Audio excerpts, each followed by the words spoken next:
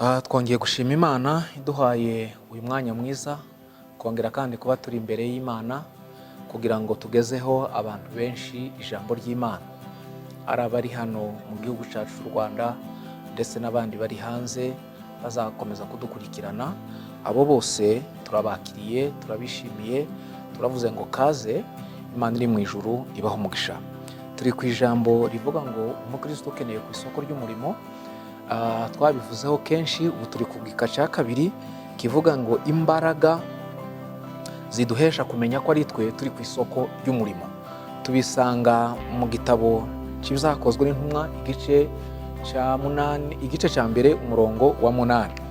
Bibiliya iratubwira ngo icakora muzahabwa imbaraga, Mwuka Wera niyabamanukira, muzaba abagabo bo kumpamya i Yerusalemu n'i Yudeya n'i Samariya no kugeza ku mpera y'isi. Ni ukuvuga ngo imbaraga ziduhesha kumenya ko Aritwe turi ku isoko ry'umurimo, ni uko tugomba kumenya inkomoko y'izo mbaraga aho tuzikura. Bibiliya iratubwira ngo itorero rimaze kuvuka, Umwuka Wera amaze kuza, yabashije kuduhindura abagabo, kuko ntabwo twari turiho dufite umwuka w'ubushizi bw'amanga, Umwuka Wera ataratuzamo, ahubwo twari abantu bahangwaho n'Umwuka Wera rimwe na rimwe mu isezerano rya kera, niko biritubwira, tukabasha kugera ku rwego rwo kuba dukora rimwe na rimwe Umwuka Wera yatumanukiye. Ariko mu isezerano rishya Umwuka Wera yaramanutse, asigaye abana natwe.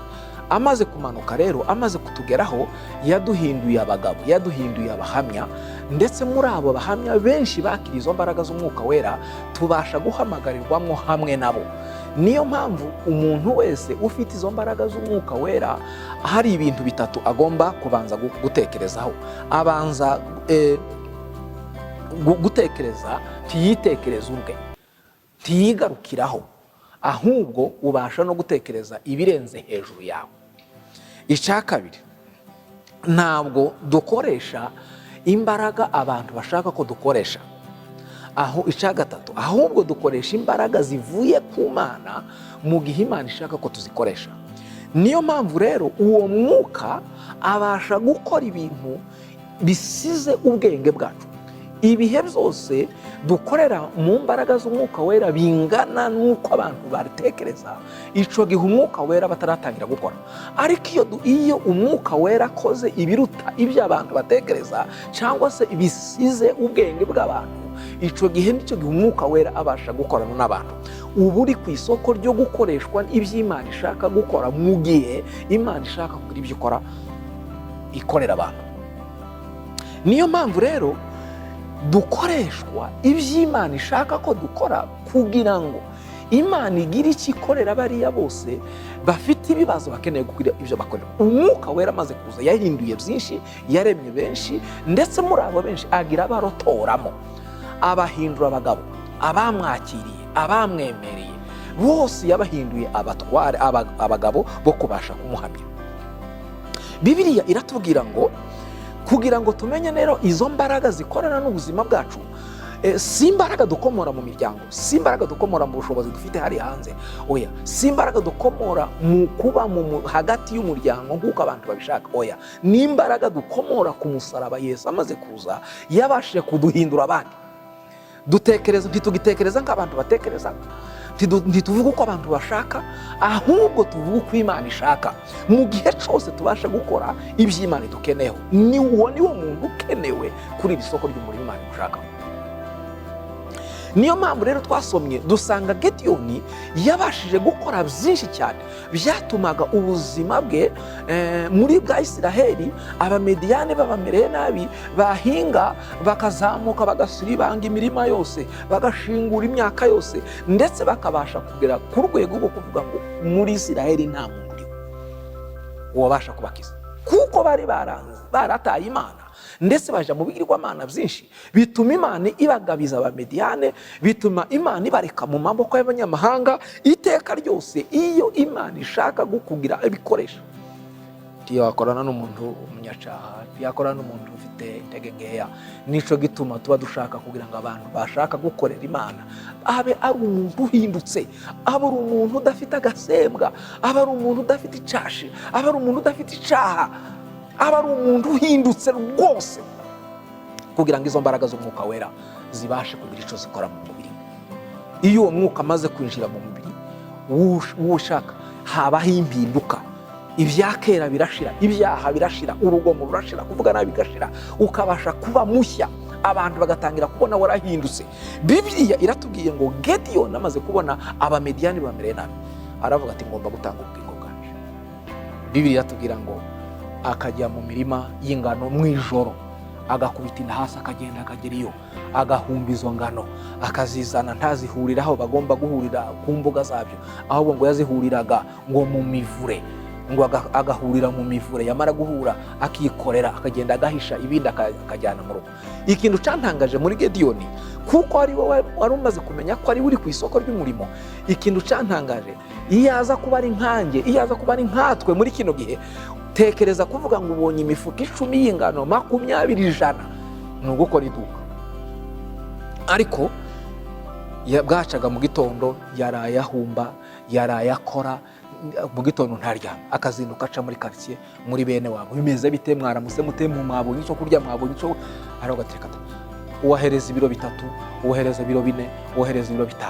Yakagombye kubera ko ziduka, yakagombye kubera acuruje ku giciro kirekire, ariko nyamara kuko ari wowe ari ku isoko ry'umurimo, amenya ko ari we Imana igomba gukoresha mu gihe cye. Niyo mpamvu rero Imana ikeneye umuntu uwo ari we wese ugomba kugira ibyo akora mu bijyanye n'ubushobozi bwe. Imana ntikeneye igihagararo, Imana ntikeneye umuntu ufite abantu benshi, Imana ntikeneye abantu bafite ba bilenge bazi kuvuga ibigambo byinshi. Oya, ikeneye abantu bahindutse, ikeneye abantu bashora imbaraga zabo ku bwabo, ikeneye abantu bakoresha imbaraga zabo ku bwabo, kugira ngo Imana yigarurire benshi. Inzara irahari mu gihugu, wakora iki? Inzara irahari mu gihugu, wakora iki? Abantu bakeneye abantu babatega amatwi, wakora iki? Abantu bakeneye abantu bagira inama, wakora iki? Ufite ibitekerezo byiza, ariko nyamara ni ibyawe gusa mu rugo rwawe. Iyo numva abantu basenga iteka, umuntu agasenga, Mana urugo rwanje w'Amana we, umugore wanje w'abana we, abana, uracari nushaka kugera kure, ikorera abandi, ikorera ibyifuzo by'abandi, kugira ngo Imana iguhereze imbaraga zo kugeza kure. Gediyoni yakagombye kubera ko ziduka, yakagombye kubera yitayeho, yakagombye kubera yikoreye ubwe, biba ngombwa ko atabasha kwigumana. Ni benshi muri Bibiliya babashije guhagarara, bamenya ko ari bo bari ku isoko ry'umurimo Imana ikeneye ko bakora. Bava ahantu hakomeye, batakaza imbaraga zabo nyinshi, batakaza ubushobozi bwabo bwinshi, batakaza amahoro bari bafite. Iyo dusoma mu gitabo cy'Abaheburayo igice cya 2 umurongo wa 24, dusangaho umugaragu w'Imana nkunda cyane witwa Mose.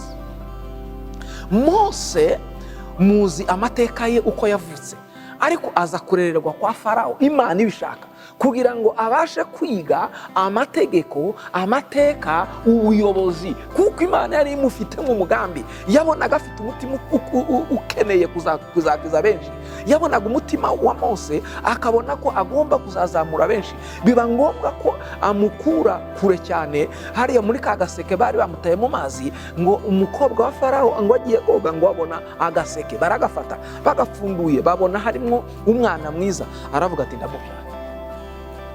Bibiliya iratubwira ngo bageze we arererwa kwa Farawo, akurira kwa Farawo kugeza imyaka 40.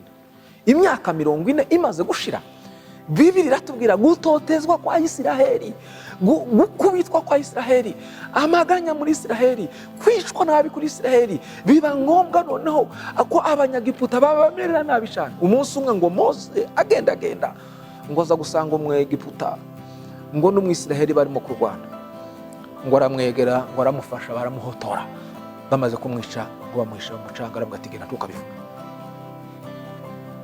Agezeyo undi munsi ngo agenda asanga noneho bene abo babiri barimo kurwana, aravuga ati iki nico gihe cyanyu cyo kurwana mwebwe, imbaraga ko tugira ngo tuzegeranye tuzageraho tuzabasha kugera ku rwego rwo kuva muri zino ntambara cyangwa tukava muri kano gahinda dufite ko murashora imbaraga mukasubiranamo.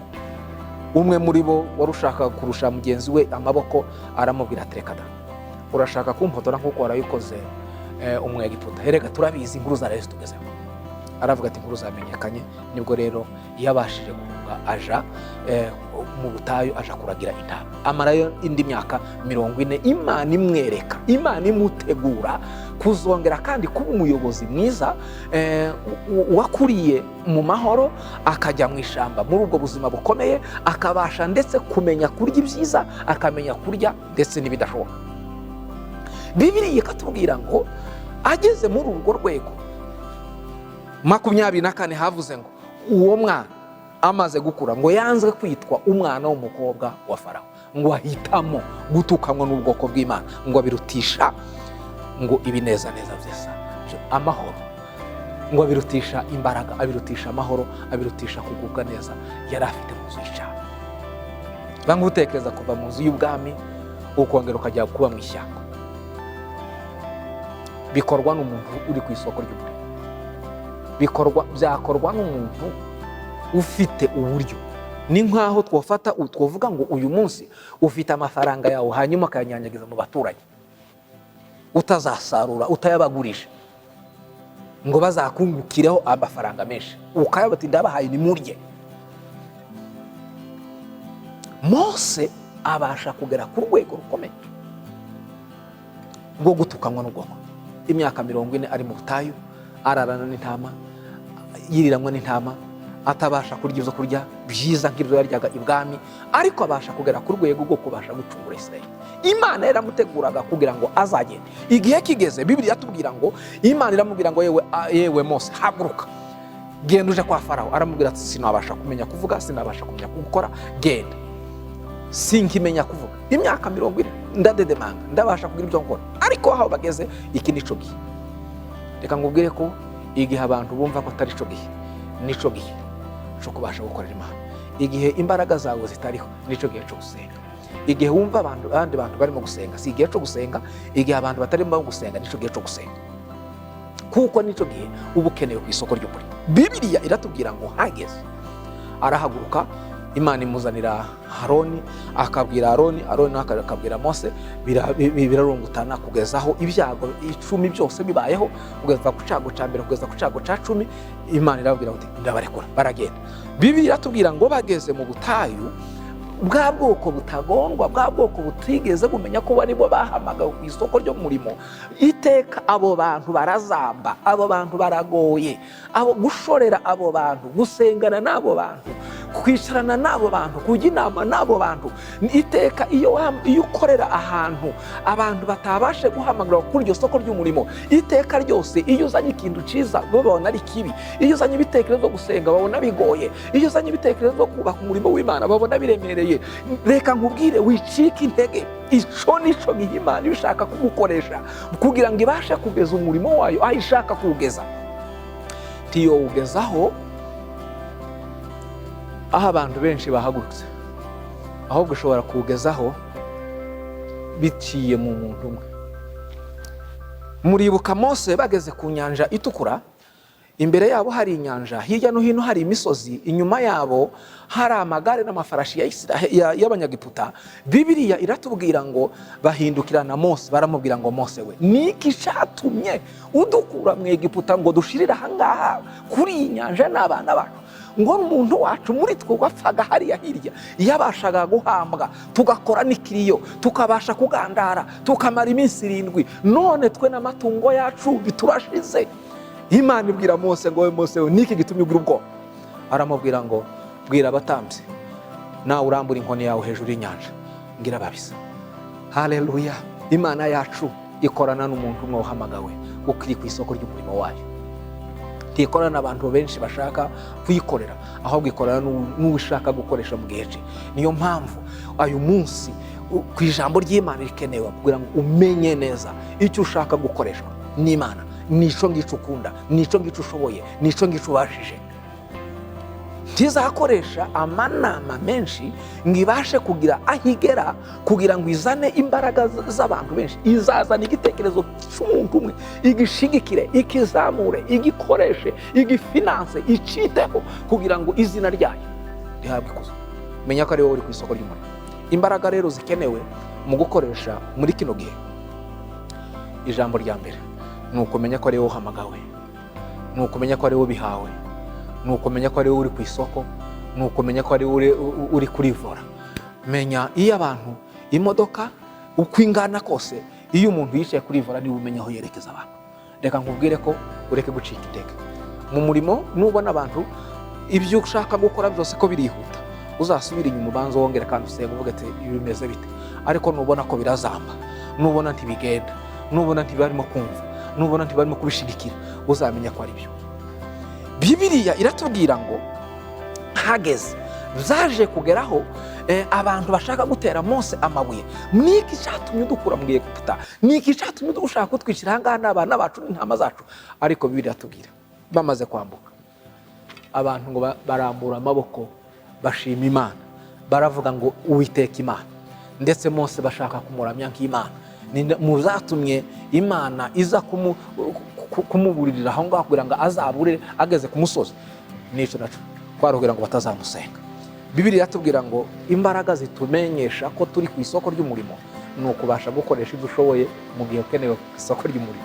Iki nico gihe rero cyo kumenya ibigikenewe kugira ngo imbaraga zose ukoresha mu gihe Imana ikeneye gukora, ni igihe Imana ikeneye gukoresha ubushobozi bungana n'ubushobozi bwawe. Icya kabiri, umuntu wa kabiri dusanga ni Eliya. Wamenye ko ari ukenewe ku isoko ry'umurimo, yabashije gukora ibingana n'ubushobozi bwe kugira ngo akore mu gihe cye, kugira ngo imbaraga z'Uwiteka zongere kandi kuzahuka. Ndetse kuko icyo gihe ingabo za Bari n'ingabo za Ashera zari zimaze igihe kinini cyane zibasha kuzamura ibigirwamana, ndetse n'umwami Ahabu yazanye Yezebeli yamaze kumucumbikira. Bibiliya ikatubwira ngo abantu birukana Imana bakabanza bakaja ku musozi wa Bari kugira ngo babashe kumenya, babanze basengeho ibigirwamana, nyuma yaho bazabone kuza gusenga Imana. Reka nkubwire ko Imana yacu itavangirwa, ahubwo ari Imana yacu ibasha kugira ibyo ikora. Eliya ahageze, Bibiliya ikatubwira ngo arababwira ati nimuze tuzamuke tuje ku musozi. Nitwamara kugera ku musozi twerekanishi Imana izabasha gukora ibitangaza, kuko we yari amaze kumenya imbaraga ze abasha gukoresha ku isoko ry'umurimo. Abwira abantu ati muze, barazamuka 850 bahageze ngo bazane ibitambo, barabitamba, ngo barababwira ati ngaho nimubwire Imana yanyu. Bari ngo bahera mu gitondo kugeza izuba ribashije guhengama. Amen. Izuba rimaze guhengama, arababwira ati Imana yanyu yasinziriye, bikebaguye, baviriranye, barushye, basaraye, bananiwe. Ariko Eliya arababwira ati nimunegere. Haleluya, nimunegere kuko nje ndi ku isoko ry'umurimo. Ninjye Imana ishaka gukoresha no kwerekana byinshi bibasha gutuma igihugu ndetse n'isi ndetse n'abantu barushe ndetse n'abantu baremerewe n'abandi bari bafashwe mbiri n'imbaraga z'umwijima bakabasha kugeraho babasha guhinduka. Arababwira ati nimunegere. Abasha kubaka igicaniro. Amaze kubaka igicaniro yubakaho amabuye 12, arepresenta imiryango 12. Bivaho ngaho arababwira ati nimuzane igitambo, baragitema, baragisukaho, bazana amazi menshi, musuke, mwuzuze uruhavu. Ngo bamaze kuzuza uruhavu, Bibiliya ikatubwira ngo arababwira ngo Mana bimenyekane kuko ari wowe wantumye. Imbaraga ndimo gukoresha hanga ku isoko ry'umurimo ntabari izanje ahubwo ni izawe. Iyerekane wa Mana we, ngo umuriro uva mu ijuru utwika ca gicaniro. Ngo abantu bose baratangara. Arababwira ati babiri mufatane tubamanure kukageza hariya tujya kubisha. Batekerezaga ko bashobora kwitekereza abantu 850 kugira ngo bafatwe n'umuntu umwe. Arababwira ati babiri mugende mufatanye, hanyuma mugende mwicana. Arabisha bose aho bari. Reka nkubwire ko abantu Imana ikeneye gukoresha saba afite imbaraga zikenewe n'abantu, ahubwo n'abafite imbaraga zikenewe n'Imana. Ab'Imana ishaka gukoresha, imbaraga Imana ishaka gukoresha si zikomoka mu bantu, ahubwo ni zikomoka ku Mana. Niyo mpamvu uko bukeye n'uko bwije tubasha kumenya ko ari twe izo mbaraga twahawe zo gukoresha mu gihe dukeneye gukorera Imana, n'imbaraga zibasha guhindura byinshi byanze guhinduka. Hano hanze hari ibibazo byinshi, mu ngo zacu hari ibibazo byinshi, ariko niwakurikiranira ijambo rizabasha kugukiza. Bibiliya tubwira ngo niwamenya ukuri kuzakubatura. Iki nico gihe cyo kubasha kumenya iki ijambo ry'Imana dushakaho, kugira ngo tubashe kuva mu bubata ndetse tubashe kugera ku rwego rwo kugera ku bantu bakeneye gukora muri kino gihe. Aya masaha y'igicamunsi ndagira ngo nukurikiranira ijambo umenye neza yuko ari wewe izo mbaraga ufite, ubwo bwenge, ubwo bushobozi ufite, n'iby'Imana ikeneye gukoresha muri kino gihe, kugira ngo izina ry'Uwiteka rishirwe hejuru, uzabasha kugera kure, ndetse izina ry'Uwiteka rizabasha gushirwa hejuru. Tugiye gusenga Imana.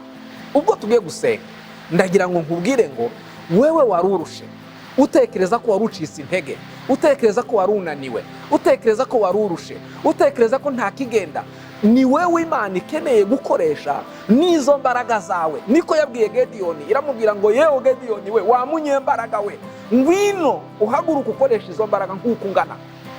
Imana ikeneye gukoresha izo mbaraga zawe, nico Imana ikeneye muri kino gihe. Nukurikiranira ijambo rizabasha kuguhindura byinshi, rikugeze kuri byinshi utekereje ko ukuyemo intege nkeya zawe.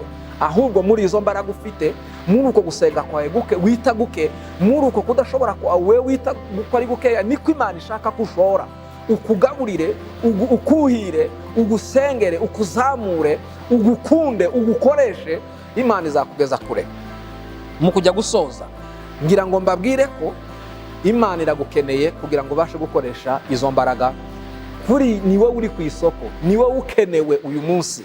Izo mbaraga ufite, ubwo bwenge ufite, ubwo bushizi bw'amanga ufite, ubwo butwari ufite, nibwo Imana ikeneye gukoresha kugira ngo ibashe kubicukora. Reka dusengere ijambo ry'Imana, abantu bose babasha kugera aho bagera. Urakoze Mwami Yesu, imbere yawe n'ibyishimo bisa, abagusenga bose ntacyo bazakuburana.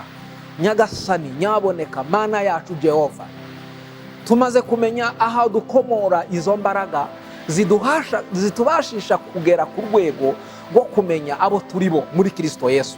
Ijambo ryawe ratubwiye ngo abakwemeye bose wabahaye ubushobozi, wabahaye ubutware bwo kwitwa abana b'Imana. Ndananiza imbaraga zose zirwanya abantu, zibatuma batabasha kumenya no kumva no gusobanukirwa urwego bariho bashaka gukoreshwa nawe. Reka ubasange, reka ubasagirizeho ubuntu bwawe, kugirirwa neza n'imbabazi zawe, ibyo bizatwomaho iminsi yose. Hari ico wavuze, hari ico wakoze, ni wewe dutegereza, ni wewe dushaka. Uhindura amateka, abantu bagahindura amagambo. Abafite ibibazo ubiteho, abarwayi ubakize, abashonje ubagaburire, abarushe ubaruhure, abababaye ubasetse, abatafite abana ubabahe, kugira ngo izina ry'Uwiteka rimenyekane kuko uri umwami hagati muri twe. Uhindura amateka, abantu bagahindura amagambo. Tugirire neza Mwami, dusange, dusagirizeho ubuntu bwawe, kugira ngo bazumvire ijambo, kugira ngo bazabonere ijambo rizakore ku mitima yabo kandi rihindure byinshi. Urakoze Yesu kutunezeza no kutwita iteka, mu izina rya Yesu Umwami wacu. Amen.